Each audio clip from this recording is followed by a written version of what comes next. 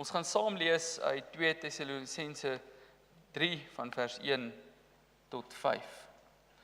Ten slotte broers, bid vir ons dat die woord van die Here vinnig sy loop sal neem en net soos by julle geprys sal word en dat ons gered sal word van die kwaadwillige en bose mense want nie almal het die geloof nie. Maar die Here is getrou. Hy sal julle versterk en van die bose bewaar. Deur die Here vertrou ons dat julle ook dit doen en sal aanhou doen wat ons julle beveel het. Mag die Here julle harte rig op die liefde van God en die volharding van Christus. Maar ons beveel julle in die naam van die Here Jesus Christus, broers, dat julle elke broer moet vermy wat hom onordelik gedra en nie optree volgens die oorlewering wat hulle van ons ontvang het nie. Julle weet tog self hoe nodig het is dat julle ons voorbeeld volg. Ons het ons immers nie onordelik onder julle gedra nie. Ons het niemand se brood sonder betaling geëet nie, maar geswoeg en gesweet, bedags en snags gewerk, sodat ons vir niemand van julle 'n las sou wees nie. Nie dat ons die reg daartoe gehad het nie, maar sodat ons onsself vir julle as voorbeeld kon stel om na te volg. Want juist toe ons by julle was, het ons julle steeds beveel dat iemand wat nie wil werk nie, ook nie behoort te eet nie. Want ons het gehoor dat sommige van julle onordelik optree en nie wil werk nie, maar oral inmeng. Ons raai sulke mense aan, ja, deur die Here Jesus Christus spoor ons hulle aan om hulle dagtaak kalm te verrig en hulle eie brood te verdien. Maar julle broers, julle moenie moeg word om goed te doen nie. As iemand egter nie op ons opdrag in hierdie brief gehoorsaam nie, merk hom en vermy hom, sodat hy skaam kry. Julle moet hom egter nie as 'n vyand beskou nie, maar vermaan hom as 'n broer. Tot sover. Geliefdes, met die oog op ons prediking, is ons besondere fokus op dit wat die Here vir ons sê deur Paulus in vers 5. Mag die Here julle harte rig op die liefde van God en die volharding van Christus. So mag die Here jou hart rig op die liefde van God en die volharding in ons Here Jesus Christus. Het jy al opgelet hoe maklik 'n mens kan rigting verloor? Is iets wat binne in 'n oogwink gebeur. 'n Mens, kan ek die Engelse woord gebruik, deviate so bietjie van die pad af, en as jy weer sien, dan snowball dit, en jy is op 'n heeltemal verskillende koers as waarop jy begin het. Jy kan weet waar jy nie gaan, en tog stadig begin afdwaal. So werk dit in ons geloof ook baie keer. Jy kan die Here dien, maar innerlik begin afkoel. Dink aan die gemeente in Openbaring vir wie die Here sê, julle het lou geraak, daarom spoeg ek julle uit. Jy kan die Here dien en begin afkoel. Jy kan glo, met ywer glo en tog fokus verloor. Dis presies hoekom Paulus hier praat oor wat ons moet doen, gedurig deur in ons lewe, en dit is om ons harte te rig op die Here. Dan kry ons in hierdie teks 2 verskillende plekke wat hy dit op toepas. Jy moet jou hart rig op die liefde van die Here, en jy moet jou hart rig op die volharding van Jesus Christus. Want Paulus weet, en hy sien dit in die gemeente in Thessalonika, dat baie mense baie maklik begin afdwaal. Dat ek en jy, of ons dit wel erken van onsself of nie, die geneigtheid het om te begin afkoel teenoor die Here. Die Engelse gebruik 'n woord om ons ziel vir die Here te verloor, ons opgewondenheid en ons toewyding aan hom demp. Sê hy in vers 5, mag die Here julle harte rig op die liefde van God. So kom ons kyk eers na die werk wat die Here doen en hoe ons op God se werk moet antwoord. Dis tog duidelik dat Paulus vir ons leer in hierdie gedeelte deur die Heilige Gees gelei dat dis die Here wat harte rig. Dat die Here julle harte rig tot die liefde en tot die volharding. En hierdie woord rig is ongelooflik ryk. Dis die Griekse woord kathethuno. En dit word gebruik hier in 'n wat ons noem 'n optatiewe vorm. So is 'n gebedsvorm, dis 'n smeking. Dis nie 'n bevel nie, maar dit dui, hoekom ek dit noem, maar dit dui op afhanklike smeekgebed. Om te sê, ag Here, ek pleit van U. Help my. Ek erken ek dwaal af. Help my. Ek bely dat ek swak is, Here, gee vir my krag. So dan sê hy, mag die Here dit doen in jou. So jy kan nie jou eie hart terug sonder die Here nie, maar is nog meer as dit. Die woord bestaan uit 2 dele. Kata, wat beteken volledig of doelgerig, en die woord euthonou, wat beteken reguit maak of in lyn bring. So dis letterlik wanneer jy gebruik die woord rig hier gebruik word, is soos 'n skraper wat deur 'n bos gaan. Weet, en daar was voorheen nie 'n pad nie. En daai skraper is dalk te swak, 'n bulldozer wat deur 'n bos gaan. En hierdie digte bos kan jy nêrens heen sien nie, en ewe skielik dan stoot hierdie dinge 'n pad voor jou oop en jy kan sien hoe dit vorentoe moet gaan. So dis daai beeld van die Here gee rigting, maar die Here maak ook vir ons visueel oop waartoe ons veronderstel is om te gaan. Nou sê Paulus vir ons, laat die Here jou hart rig, maar stel jouself daarop in om in die Here se rigting te gaan. So dit beteken letterlik om iets doelbewus, volledig en reguit in die regte rigting te stel. En nou is dit die waarheid van elkeen van ons, dat die Here deur sy woord en deur sy gees ons in 'n rigting stuur in ons lewe. Keer op keer hoor ons van die Here, ek roep jou om dit te doen, of ek beveel jou om hierdie te doen, of ek maan jou aan, laat jou lewe op hierdie lyn of hierdie koers of hierdie pad gaan. So ons hoor die Here se roeping, ons sien daai bulldozer deur die bos gaan van die wêreld waar die lewe vertroebel is deur die sonde van mense, en ons sien die pad vir ons oopgaan. Trouwens, ons leer ook daai pad ken in ons Here Jesus Christus. Hy is nou nie 'n bulldozer nie, maar hy kom en hy leer vir ons, ek is die weg en die waarheid. Wie agter my aankom, sal die ewige lewe hê. So ons ken die pad. Die Here sê dan vir ons in hierdie gedeelte, rig jou hart op hierdie pad. Op die pad wat die Here reguit voor jou stel. Dis soos om 'n gids te hê wat sê, hier is waar jy moet loop. Bly op hierdie paadjie, dis die veilige paadjie. En dis belangrik. Die werkwoord dui nie net rigting aan nie, maar dit gaan oor die aksie op die hart self. Die Here rig nie net jou pad nie, hy rig jou hart, jou binneste, jou denke, jou begeertes, alles van jou word deur die woord en die gees van die Here gerig. Daar's geen tekort aan rigting as jy voor die woord van die Here stil staan nie. Dis so duidelik wie ons veronderstel is om te wees, hoe ons lewe moet lyk. Alles wat ons nodig het om van God te weet en te bely om salig te leef en sterf, is in sy woord vir ons duidelik geopenbaar. Daar's geen vertroebeling nie, dis duidelik. Maar nou is die vraag,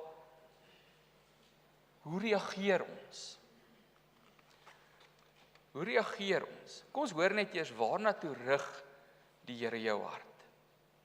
Want baie keer, geliefdes, is dit so dat ons weet wat die Here vir ons sê, maar ons troos onsself met ons situasie, of ons troos onsself met die uitdaging wat ons tans beleef, of dat dit regtig vir my as 'n persoon moeilik is om hierdie of daardie in my lewe reg te kry, en ek weet die Here wil hê ek moet so maak, maar ek sê so.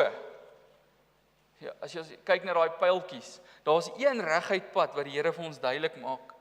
Hy is die gids, sy Heilige Gees is die gids wat sê, hier is die pad deur sy woord, bly daarop, maar ons vertroebel dit. Dan sê die Here, daar's 2 dinge waarop jy jou moet instel. Van vandag af, van nou af, knoop hierdie in jou oor, vat dit saam met jou, gebruik dit as handvatsels in jou lewe. Word elke dag wakker met hierdie wens en gebed om te sê, Here, stel my vandag in op hierdie 2 goed. En hierdie 2 goed is die liefde van God en die volharding van Jesus Christus. Sê, stel jou in op die liefde van die Here. En dit bedoel waarskynlik die liefde wat God vir ons het, want God het ons lief gehad en daarom kan ons hom lief hê. God het ons eerste lief gehad, daarom kan ons mekaar lief kry. Dis binne die liefde van die Here dat ek en jy die vermoë kry om lief te hê en om in daai liefde te leef. Dis die liefde van God wat die eerste tree neem. Dis hy wat die verbond opstel. Ons praat met die opstelling van die verbond, dat is monopleries in sy opstelling. Met ander woorde, dit beteken, dis net van een kant af in sy opstelling. Dis die Here wat die mensdom kies. Efesiërs 1, voor die grondlegging van die aarde het ek jou uitverkies. Nie voor die grondlegging van die aarde het ons mekaar gekies nie. Ek het jou gekies vir my. En my doel met jou was om jou onder die hoofskap van Jesus Christus te verenig. En dis in die liefde van die Here wat hy daai tree neem om ons te kies. En die volgende tree om sy seun te stuur om vir ons te sterf. Sê die Here, rig jou op hierdie liefde. En wanneer ons rig op hierdie liefde, waar ons onthou waar ons vandaan kom, en dat die Here ons gered het, dat ons in Jesus Christus volkome verlos is, dat die Here ons aangeneem het as sy volk, ons het sy eiendomsvolk geraak. Wanneer ons instel op hierdie liefde, dan raak dit van nature vir my, deel van my lewe, dat ek onthou, ek is 'n kind van die Here. Wie is ek vandag? 'n kind van die Here. Ek is afhanklik vir die Here se sorg. Hoe gaan ek vandag leef? Deur die sorg van die Vader. Ek gaan nie vandag bekommerd of bang wees nie, want weet jy wat? Die Here het my gekies, hy het die eerste stap in liefde geneem, en daarom gaan hy in sy verbondstrou en liefde my versorg. Omdat die Here die eerste stap in liefde geneem het, daarom is ek vandag, al is ek skuldig vol sonde, vergewe deur die Here en leef ek as iemand wat heilig is. Is dit maklik vir jou om vir jouself te sê, miskien verbeel jouself, jy kyk in die spieël en sê, hey Reinhard, jy's heilig. Nogal moeilik, nê? Want jy weet wat het jy gedoen vandag, of gister, of wat ook al. Maar die Here kyk na ons en hy sê, julle is die heiliges. God kyk na jou deur Jesus Christus, en voor hom is jy volkome skoon gewas, heilig. Dis die liefde van die Here waarop ons moet rig. En wanneer ek dit doen, dan raak my lewe so vol goed, waarin ek kan vashou, handvatsels wat die Here my gee, dat dit baie moeiliker raak om te struikel en te val, en rigting te verloor, van die pad af te gaan, of selfs koud te raak teenoor die Here. Die volgende ding wat hy sê is, rig jou hart op die volharding van Jesus Christus. Hierdie is 'n kragtige en 'n mooi voorbeeld, want dink bietjie wat het dit van Jesus gevat om ons te verlos. Ons het gepraat van die Here neem daai stap in liefde, om ons in sy liefde 'n nuwe lewe te gee, en skoon te was van ons sondes. Maar dit het gevat, dat Jesus, God wat mens geword het, Paulus skryf so mooi daarvan in Filippense 2, hy sê, hy het sy bestaan as God nie beskou as iets waaraan hy moes vasklou nie, maar hy het homself verneder deur mens te raak. Hy het homself nog verder verneder deur 'n slaaf te raak. Jesus het volhard daarin om die voetwasser van sy disippels te wees. Dink aan Jesus in die tuin van Getsemane. Sy angs is so groot, daar word gesê, sy sweet raak soos bloed. Sê, Vader, as dit U wil is, laat hierdie beker by my verbygaan, maar nogtans nie my wil nie, maar U wil. En wat doen Jesus? Ons het dit die naweek gevier, geliefdes. Hy volhard. Hy gaan sterf aan die kruis ter wille van my en jou. En hy staan op uit die dood, as die lewende Here wat vir ons nuwe lewe gee. Maak nie saak hoe groot die uitdaging was nie, hy het volhard. En wanneer die Here sê, jy moet jouself verloon, jou kruis opneem en my volg, dan kan ons nie nitpiek watser van Jesus se karaktereienskappe of van die goed wat hy doen, wil ons graag volg nie, of wil ons graag hê nie. Ons moet als vat. Daarom sê hy, verloon jouself. Gaan dood in jouself. Is nie meer jy wat leef nie, maar Jesus Christus wat deur jou leef. En hierdie volharding is een van die dinge. En Paulus leer vir ons in hierdie dinge, in hierdie gedeelte, dat wanneer ons gedagtes rig op die liefde, en ons het gehoor, waarin die hele nuwe lewe vir ons gebore word, en op die volharding van Christus, dan gaan ons dit regkry om op koers en op rigting te bly. Daarom roep die Here jou in hierdie gedeelte, volhard in jou nuwe rigting. Want hy gee jou die vermoë daarin. Soos Jesus nie opgegee het toe hy verwerp is nie, toe hy vervolg is nie. Nie eers toe hy aan die kruis gehang het nie, hy het die pad klaar geloop, hy het klaar gemaak. En Paulus bid hy, mag die hele harte rig, om ook in die Here klaar te maak. En dis so, en die Here weet dit goed, dat ons in ons geloofslewe uitgedaag word, baie.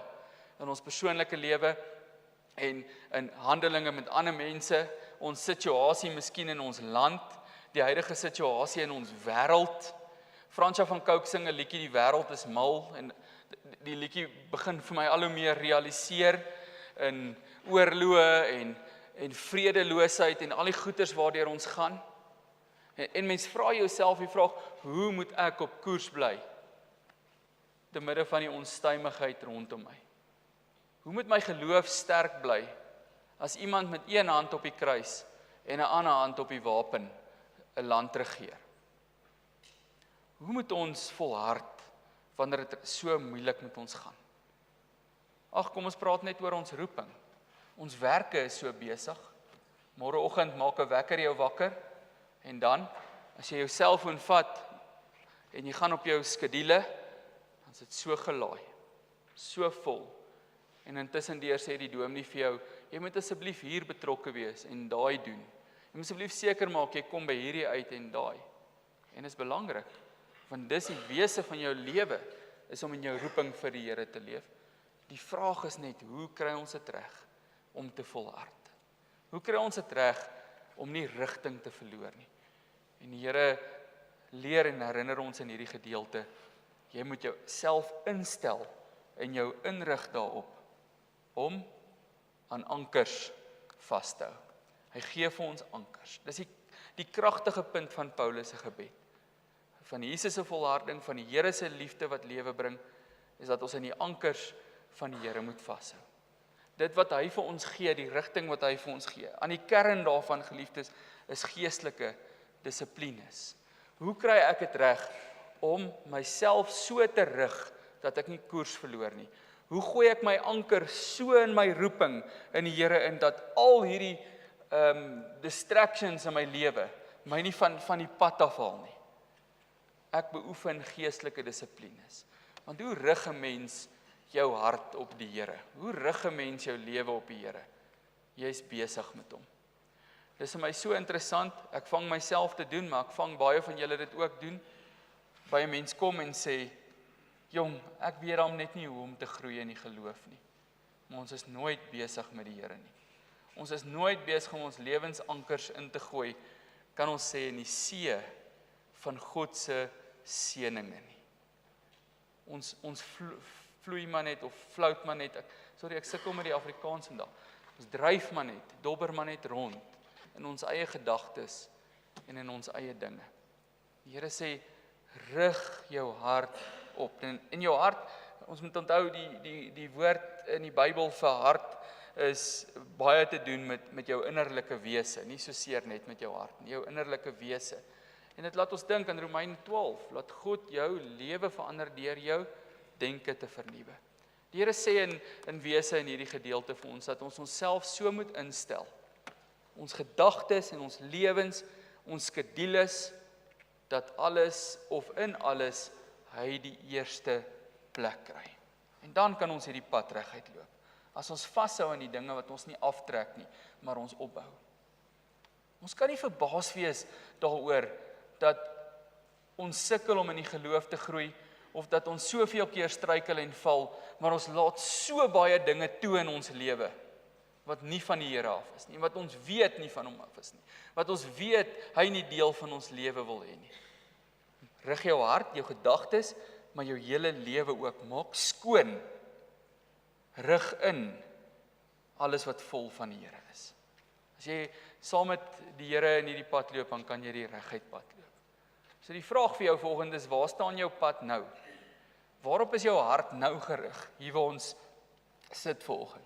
Is dit bekommernis, bitterheid, afleiding, sonde, dalk sonde wat jy liefhet, nie wil afstand doen van nie? Die Here wil nie net vir jou pad wys nie, geliefdes. Hy maak die pad vir jou oop.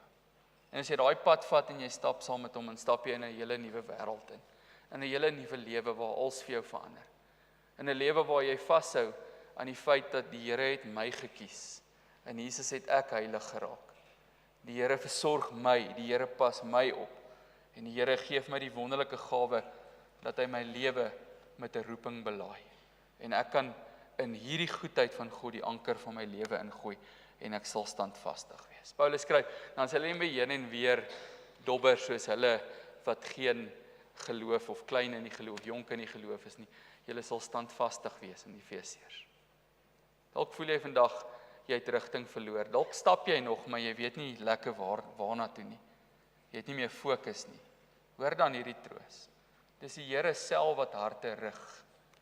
Vat hierdie rigting wat die Here vir jou gee en stap op sy koers. Hoor wat Jesus vir jou sê. Ek is die rigting wat lewe gee.